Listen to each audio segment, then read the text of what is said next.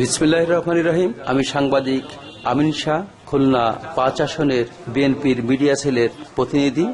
বিল ডাকাতিয়ার স্থায়ী সমাধান, ডুমুরিয়াতে mini stadium সহ শিক্ষা খাতের ব্যাপক পরিবর্তন এবং স্বাস্থ্য খাতের জন্য খুলনা ৫ আসন অবহেলিত। এই অবহেলিত জনগণের উন্নয়নের জন্য খুলনা ৫ আসনের ধানের শীষের কাণ্ডারি জনাব মোহাম্মদ আলী আসগর লবিকে ধানের শীষে ভোট দিয়ে আপনাদের খুলনা ৫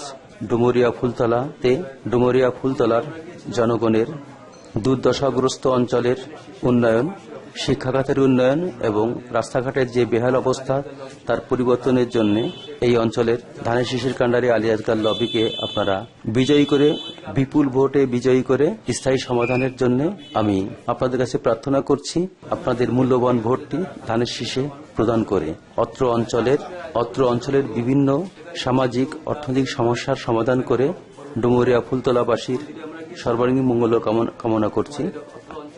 আমি সাংবাদিক আমিন শাহ। ধন্যবাদ।